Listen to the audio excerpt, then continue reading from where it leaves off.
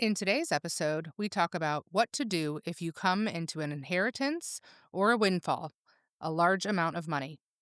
Imagine waking up and finding out you just inherited $50,000 or more, or maybe your company gave you a huge bonus, or you hit a big with a windfall.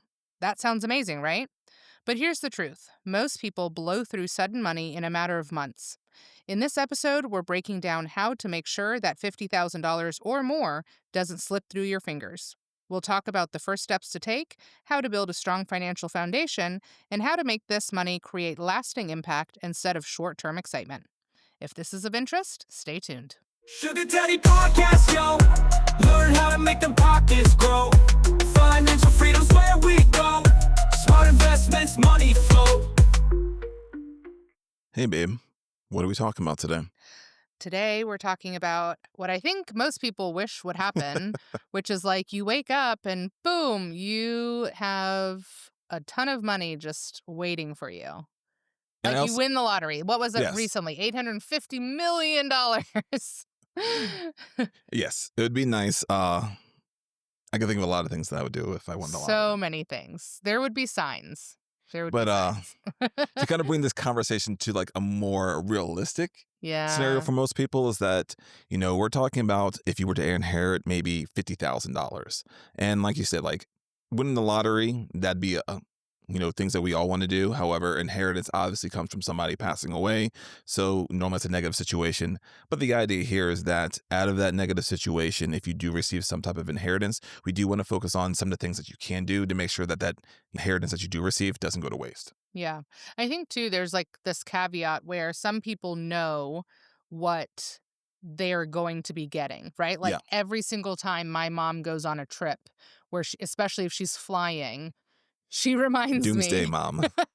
she reminds me of what my brother and I would get, and where things are located. And, I mean, in what we do with the podcast, I do appreciate that, things are organized and we know where to find things, etc. And a lot of people don't. A lot of people have no idea if and what they may or may not be getting, let alone where it might be coming from, et cetera. So, it's this caveat of like, even if you know what you're getting, I don't think about what I will do one day with my inheritance because, like you said, it's going to mean that our parents are no longer here, right? Yeah, I was So, like, obviously, with what I do for a living, I manage, some aspect or all of like our in laws' money. sure. And obviously, I know how much they have and all everything like that. But like, I don't think about that because no amount of money is going to equate to me having my mom here, or Right. or your parents here. Exactly. But, winning a lottery, getting a huge bonus at work. I mean, look at all the people who work at Nvidia who are now millionaires, right? Or like what's the other company where everybody's getting like a $1.5 million bonus or I mean, you're starting to hear things, right? But then there's also on the flip side of that is I've seen plenty of threads where people talk about getting an inheritance that they had no idea they were getting and then they feel completely unprepared to manage that large amount of money. So we wanted to dive in because we are getting older and our parents are getting older. And unfortunately, I think we've both had scenarios where, we know people, whether close or more distant, where parents, for whatever reason, are passing away, and may or may not be leaving an inheritance. So we wanted to shed some light on tips and tricks that we think would be helpful in the event that you do come into some sort of a windfall and how to best handle it and not blow through it. Yeah. So starting out with step one, Mm-hmm. I honestly think is the most overlooked step. Okay. I think people get way too much into the numbers and thinking about all these things. But no, honestly, step one is just take a breath, take a moment. Take a moment. Because, if you're inheriting, money, more than likely someone that you care about passed away. So Sure. you do need to deal with, the grief or any other type of emotions that are associated with that potential loss. Mm-hmm. Or even in a scenario where, you won, say, $50,000 from something, you might be excited and everything like that. But rarely are good decisions made when it's based solely on emotion. Yes, that's true. And you've even known somebody, weren't they were on some sort of a game show like Shazam or something, I think, and Yeah. like A guy, won a large somebody that amount of went to, money? yeah, that show Shazam. A guy that I went to high school with, I think they won like the $1 million prize. And Yeah, that's crazy. yeah. Yeah, so again, like if you win $1 million, sure, they're going to be taxed out the wazoo, but you now have what, $700,000? Like, It was two people, so we had to split it. okay, so $350,000. Take a beat before you do anything with that money, right? Yeah, they kind of call it like, you take like, say, the 90-day rule where you're not making any major, financial decisions or impulse purchases or anything of that nature for 90 days. So give yourself that 90-day period to really think through, hey, what should I actually do with this money and how can it best serve me so that I don't just blow through it? Can we agree that if you're getting a large amount of money and you don't need to make any kind of rash decisions, please put that money at least into a high yield savings Oh, account yes, yes, while you park it and yes. while you decide on what to do. And once again, with the caveat here, we're talking about if you're coming into a windfall, say $50,000, and you don't have immediate needs. So, for example, Sure. like if you are behind on your rent, you don't have enough money to pay for groceries each month.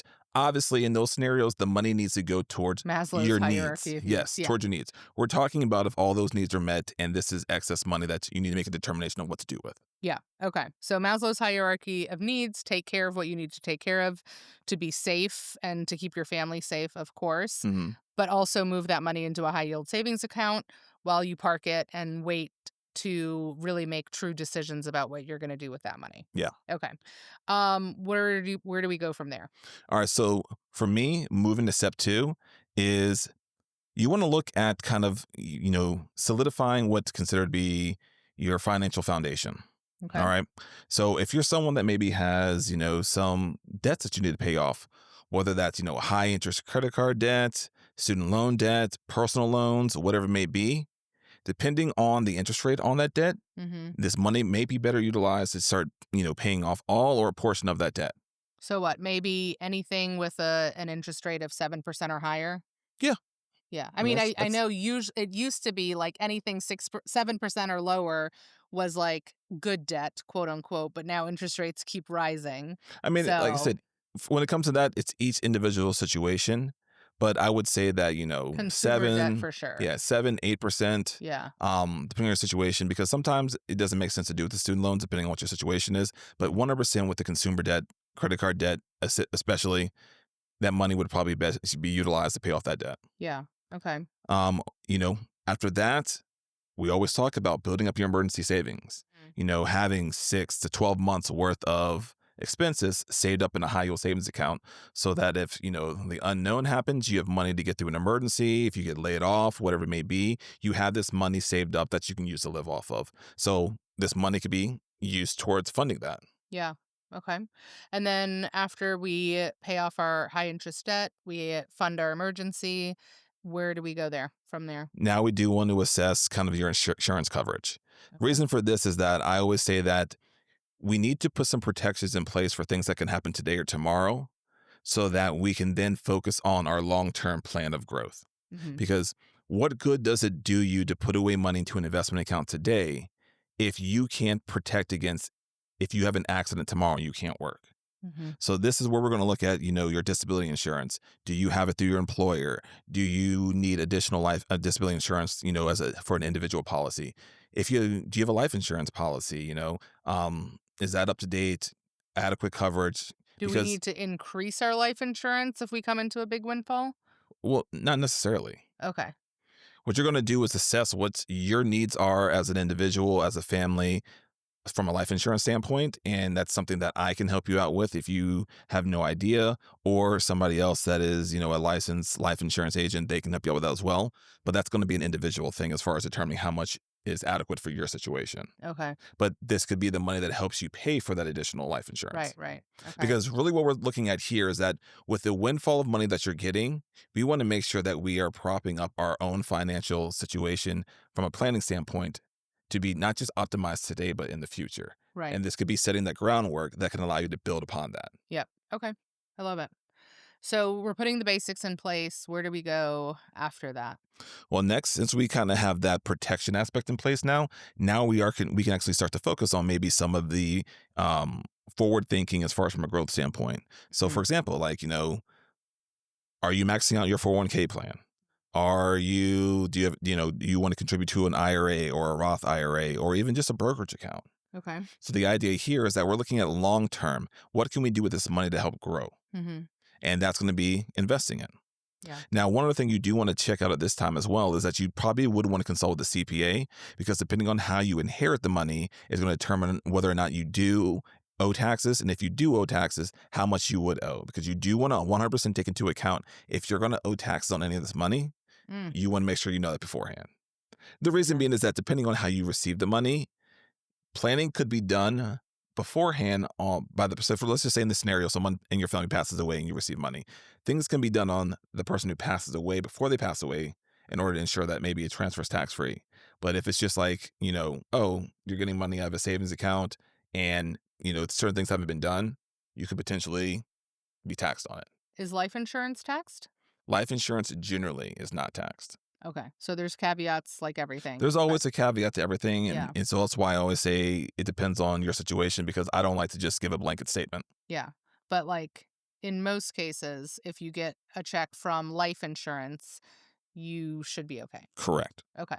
Which is another way the wealthy Hmm. build wealth is through life insurance. Yeah. And also, because there's multiple ways that you can receive money. So, one of the ways that I'm thinking of that a lot of people that could be a little bit more difficult in understanding how you have to utilize it is if, let's just say hypothetically, your parent has an IRA and Mm, you're the beneficiary in the IRA. So now you received an inheritance IRA. There are specific rules around how you have to utilize that. okay. And But so with that's why I proper say, planning, there might be ways to mitigate. yeah, proper planning can have Okay. mitigation, but then also working with the CPA to ensure that you're following all the IRS rules when it comes to that. Yes. Okay. Got it. Um, what else? Once again, this is going to be like kind of like things that we've always talked about as far as having a actual conversation on what your specific goals are. Because a lot of the stuff that maybe you're going to do with this money is also going to be determining upon what your goals are. So, To for not example, work. well, with $50,000 is not I going mean, to, yeah. it's not going Remember to, when you thought that like $50,000 would be like a life changing amount like, of you mean like when our money? kids, like our kids' Yeah, age? exactly. And So I then was like, now it's like, I mean, it'd be nice, and I would gladly take it, but like it's not a life yeah, changing amount of money. $50,000 wouldn't change anything about our life. No, that was so arrogant. I'm just saying, like, in reality, like, I'm being honest about our situation. $50,000 isn't going to change our life, but I'll take it all the time. I'll Yeah, take $50,000. yeah, And for some people, yes, $50,000 would be can, a life changing amount of yeah. money. And I would honestly say I'm honestly saying that if $50,000 is going to be a life changing amount of money for you, more than likely some of these steps wouldn't apply because you have an immediate need for it. Right. Yeah. So I do want to preface this is for people who already have all their needs taken care of. Mhm. Because, like I said, if $50,000 is going to change your life. This is not a judgment statement either. It's just saying that you're going to do something, you're going to use this money for something different if it's going to change your life Yeah. tomorrow. Yeah. All Okay. right. However, kind of back to what we were talking about before as far as the investing aspect is that you are going to want to make sure that you're investing wisely based upon your specific situation. So, we're big fans of, the index ETFs, but you do need to assess your own specific situation with taking into account what's your risk tolerance, what is your time horizon before you actually need the money, Mm-hmm. and then you can invest accordingly. Okay. All right. Yeah. Let's talk about, okay, so we've got the basics. We're planning for our future. We're taking care of our debts, etc. Now let's talk about some of the fun stuff. Like, what else could we be planning for? Well, I mean, in all honesty, if you're, you could possibly use it for some things that, are maybe a little bit more enjoyable to you. Mhm. You could possibly plan a vacation. Because, all right, so I'm gonna use a real life situation for people that I know who have had family members pass away. They received an inheritance, and for the most part, their financial situation is kind of taken care of. They think about, hey, what would this person that I love, what Mhm. would they love? What would they want me to do with this money? Mm. So sometimes it's like, say, for example, you have an aunt Mhm. that loved to travel and you guys used to travel together. Mhm. It's like honor them by taking the trip type Yeah. thing. Yeah. Maybe you want to take a trip, Mhm. Start a or foundation yeah, or do some charitable yes. giving. for like organizations that maybe that person was really involved in, something like that. Yeah, so if you have the ability to not necessarily need this money for your own personal use, Mm. like you said, if the family member was very heavily involved in a specific charity, maybe giving a portion of that money to the charity. Yeah. Yeah, I love that. I mean, that's the kind of stuff where you can then say, like, what would I be able to do that I wasn't able to do before I got this money? Mhm. And then take advantage of those things. And even from an investing standpoint, maybe that person was heavily into education, and Hmm. then you can use this money that you inherited to put into like a 529 plan for your For your kids. child. Hmm. I mean, I know, like, my mom's heavy on education, obviously being a former math professor, and that's something that she is very adamant about, is making sure that our kids' college is funded. Hmm. So you can kind of, like I said, take into account what was special about that person, and maybe use that money to honor that person. Yeah, I love that. Mm. Okay. Um, what are some things people should avoid if they come into a windfall? These are going to be the stories of everyone that you've basically ever heard that's, like, won the lottery, or, Yeah. just came into a significant amount of money without taking a pause to think about what they should do with it. And in all honesty, part of it's, I don't actually fault a lot of people for that, because once again, we do this podcast because of the lack of financial literacy that's taught to us, basically non-existent in K through 12, and not even so much really in college from that standpoint. Yeah, not So not at home either. so a lot of times Mm. you don't have the knowledge on how to handle a situation like this. But I would say number one is, don't have some immediate lifestyle creep. So if you receive an inheritance, don't go out and, like, buy a new car, like, Gotta get that Range Rover. or go out and buy a bunch of clothes, or like a nice watch, or whatever it may be. We've actually had several guests on the podcast that have talked about exactly this, right? Yeah. We had former NFL football player, went out, bought all the cars, all the things.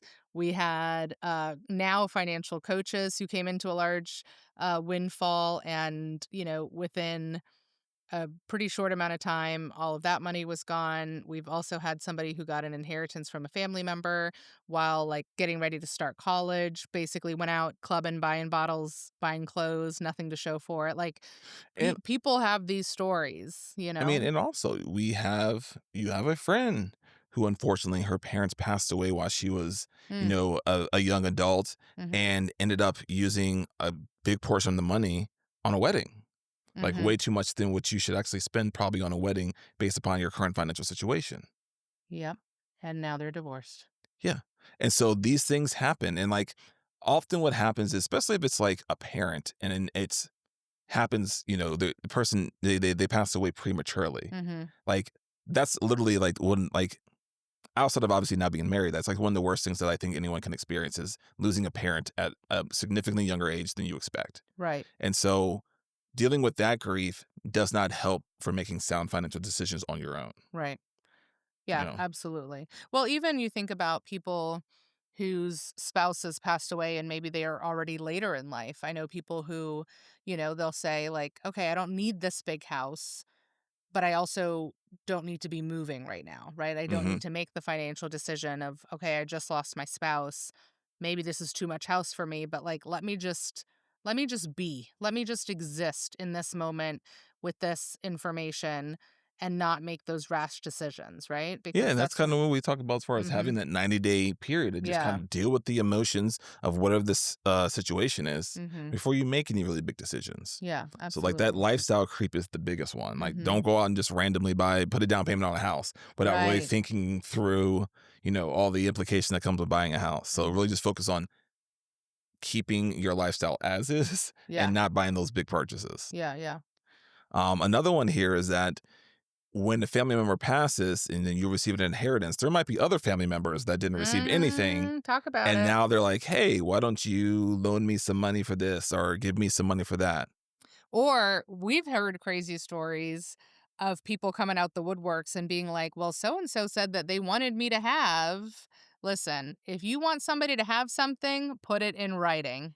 That's I, I, that's s- number one. I Put say it that all the in time. writing.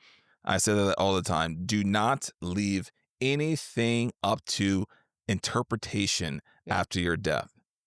your kids, you could have 2 kids and they'd be the bestest of friends. You're like, "Oh, it's fine. I wanna just The have everything bestest. written out."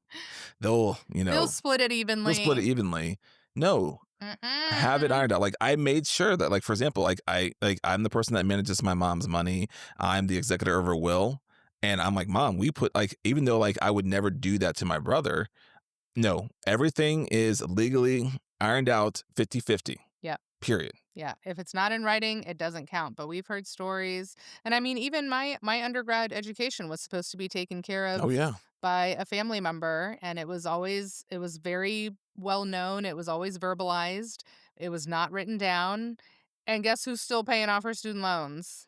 Yeah, you didn't receive anything, Nope. and it was supposed to be paid for verbally. Correct. So if it's not in writing, it doesn't count. 10 toes down on that. If you want somebody to get something, put it in writing. Make sure 100%. those beneficiaries are up to date. Make sure they're outlined. Make sure your will is up to date. We have multiple episodes on all of that. If it's not in writing, it doesn't count. It doesn't. Period. Another one here is don't get yourself into risky investments. Once you get a windfall, you might have friends, family, whatever, talking about, hey, I know this investment. I know this I've got this investment. business I got this business that you can idea. invest Oh, in. you should invest in this hot stock tip, or you should invest in this new cryptocurrency that I heard is going to blow up. Do not get yourself into risky investments, especially considering that you don't understand them. Like, like I said, if you are an advanced individual when it comes to financial literacy and you have everything else taken care of, that's a completely different story. But for a majority of the people out there, this is not the route you want to go. Mm. You want to make sure that you take care of all the other things that we talked about first. Yeah. All right. Okay. And the kind of one of the last pitfalls, in all honesty, is taxes. Oh. Do not forget if you owe taxes on this. So, like I said, once again, that's why one of our steps was get with a CPA and make sure that you understand if there's any tax liability, and if there is, what it is, so that you're taking that into account and you don't spend that money. Because nothing's worse than finding out that you owe taxes and you've already spent that money and you don't have the money to pay the taxes. Can we also just pause for a moment to remind people that just because somebody passes away doesn't mean that person doesn't still have to file their taxes? Yeah, that's true. Which is crazy. Like, how old were you when you realized that when somebody passes away, they still have to file taxes? I mean, I only know That's this because of crazy. what I do. I've never actually had to experience that. I watched my mom have to do it when my grandparents passed away, Mhm. as far as her filing their taxes. But yeah. Somebody's gonna have to file them. Once again, this just goes back to the idea that, like, so many things that you have to do legally that are not just Done expressed to for us. you No, or, like or expressed to us to let us know. yeah. Like, think about, Like, like, where are you supposed to learn that? I think you learn it from having to go through Getting it, somebody's and you tax get bill? screwed at the end. Yeah, no Or kidding. somebody, or like, if you're lucky enough, you find out from somebody else who's already had to go through it. Right. But for the most part, most people that's one of the things that, like, it's not on your radar, because once again, you're dealing with someone that you probably cared about, and losing them, their taxes are not on your Well, mind. but also I think generally speaking, most people think if somebody passes away, their debt goes with them. Yeah, no, And that's like not the case. not the case. I mean, we should do a whole episode on that because like that has screwed people royally. Yeah. You know, when talking about planning, talking about what your parents may or may not have, etc. Like you might not be getting anything from your parents except for their debts. That's another thing. When we're talking about the inheritance of money, you could actually inherit some debt. Yeah. I mean, like these are things to be aware of, so And I mean, I don't want to go too far, we on love a rabbit hole. We on love a a rabbit tangent. hole But here. you got to think about this too. So one of the things that people may often inherit is property, Yes. and Oof. inheriting a property is not always a positive. Yeah, because if your parents paid 14 acorns for it back in 1930 and now it's worth $1.2 million, how do they judge that? Now you're going to be stuck with a huge. No, No? no, Are you sure? step up basis. Okay. But it all depends on how you structure it. So, Hopefully through a trust. yes, but make a long story short, there is that there are 100% ways to not have to worry about any taxes in that given scenario, but it does have to be structured properly and passed down correctly. Okay. Which are most people Yeah. doing that? I No. mean, hopefully, if Most you, people are just dying. well, and hopefully, if you have then- $1 million property that you've gotten to a point where you're like, doing some of this planning. But more or less, what I was thinking of is that, hey, your parents have a house that's not paid off, Oh, and yeah. now you've inherited Their their mortgage. mortgage. Yeah, and now you still have to maintain it. Yes. Well, And and then, we like, from talked what to talking about, for example, in this like even in this given environment right now, how we are with housing, it's a Right, buyer's market. right, So right. you might have a hard time. You might not have. Mhm, So one, it might not be a house that you ever want to live in or mhm, have. You're not interested in having it as a rental property because you want to mhm, deal with all the additional work that comes with that, and it's not paid off, and you don't have money to pay the mortgage per se. mhm. Now you just got a liability instead of an asset. Yeah. And if you're having a hard time selling it, now you could actually have hardship on yourself. Well, and we had an estate planning attorney on who said that that's a lot of the times how houses go in, they end up going into foreclosure, and then families, instead of building the generational wealth through real Hmm. estate, actually end up losing wealth and damaging, in some cases, their own credit, etc. In those instances, because maybe there wasn't a life insurance policy to help offset the cost of, hey, we still have a mortgage, we still have to maintain this property. You don't want to just turn the lights and the electricity off and now you've got mold growing. I mean, Yeah. I know we're going down a rabbit hole, but you're not just always inheriting good things. Yeah. So be prepared. But we're talking about the windfalls, but just something to think about. Yeah. Yes. So if you come into a large sum of money, let's call it $50,000 or more, stop, breathe, process, don't do anything rash. Then, as a next step, again, these are, considering that you have shelter, you have food, etc. Then go and analyze your high interest debt and pay that off. So that's your consumer debt that we've talked about, your credit cards, your personal loans, maybe a car loan, etc. Then you want to make sure that your emergency fund is where it needs to be. In this climate, we're saying 6 to 12 months. That 3 to 6 months is probably not really enough I mean, anymore. It's that's better than yeah, it's nothing. better than nothing, and that's a starting target. Yes. But to have like a fully funded, I would go more than that. Yeah. Then you're going to look at your protections, your insurances, your estate plans, making sure that you've got your life insurance, your disability insurance, et cetera, et cetera. You might want to also throw in a conversation with a CPA at this point because you want to understand any kind of tax implications that you might be dealing with. And then you'll go into investing. How can you use additional money for long term planning, for long term retirement plans? And then, live a little. Attach Yeah. purpose to that money. Go on that trip, open that foundation, give to charity, do things that will really honor the money that you're getting from whomever you're getting it from. And, if there's a way to say thank you, if you will, consider those options as well. Yeah. Anything else? I don't have anything to add. All right. Well, then we wish everybody positive windfalls. We're talking about those lottery wins, et cetera, et cetera. Um, Yeah, and if you have any questions or if we didn't address something, or even better, if you've had a windfall of some sort and have learned a really valuable lesson through that we did not mention on today's episode, let us know. Slide in our DMs, send us an email, let us know your windfall story, and let's help educate others on things that they might need to know if they come into a large sum of money. We will talk to you soon. Until next time. Sugar Daddy Podcast, yo.